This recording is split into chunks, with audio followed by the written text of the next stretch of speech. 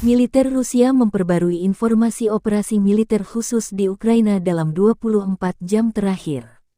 Juru bicara militer Rusia Letnan Jenderal Igor Konashenkov, tanggal 10 Desember merilis terjadi kontak senjata di arah Kupiansk. Di arah Kupiansk, lebih dari 30 prajurit Ukraina dan 3 truk pikap angkutan prajurit dinetralkan Rusia di dekat Sinkovka dan Kislovka, wilayah Kharkov. Pergerakan pasukan Kiev terdeteksi drone pengintai Federasi Rusia. Tembakan artileri bertubi-tubi ke sasaran. Dari kubu Ukraina, militer Ukraina melancarkan serangan artileri ke permukiman di wilayah Belgorod, perbatasan Ukraina dan Rusia. Akibat penembakan di perkebunan perbatasan Pankov, sebuah rumah tinggal dan bangunan tambahan dilaporkan hancur. Jumlah korban belum teridentifikasi. Konflik Rusia-Ukraina memasuki bulan ke-9. Tepatnya hari ke-290. Belum ada tanda-tanda perdamaian. Jubir Kemenhan Rusia Letnan Jenderal Igor Konashenkov merilis secara total 341 pesawat terbang dan 181 helikopter, 2.647 kendaraan udara tak berawak, 392 sistem rudal pertahanan udara Ukraina dinetralkan.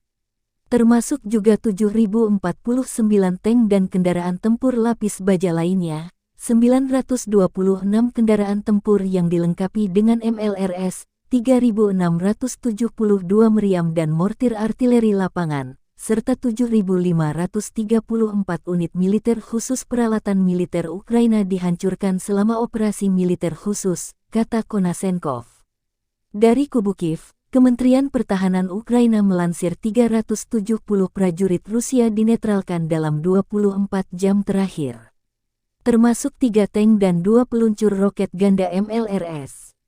Total 93.750 prajurit Federasi Rusia dinetralkan Ukraina.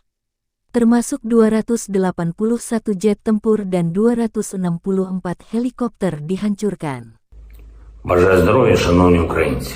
Ключове за сьогодні – енергетика. Дуже складна ситуація в Одеській області. Після нічного удару іранськими дронами, Одеса та інші міста і села регіону у темряві. Станом на цей час більш ніж 1,5 мільйона людей на Одещині без світла. Підключена лише критична інфраструктура і настільки, наскільки є можливість постачання електрики.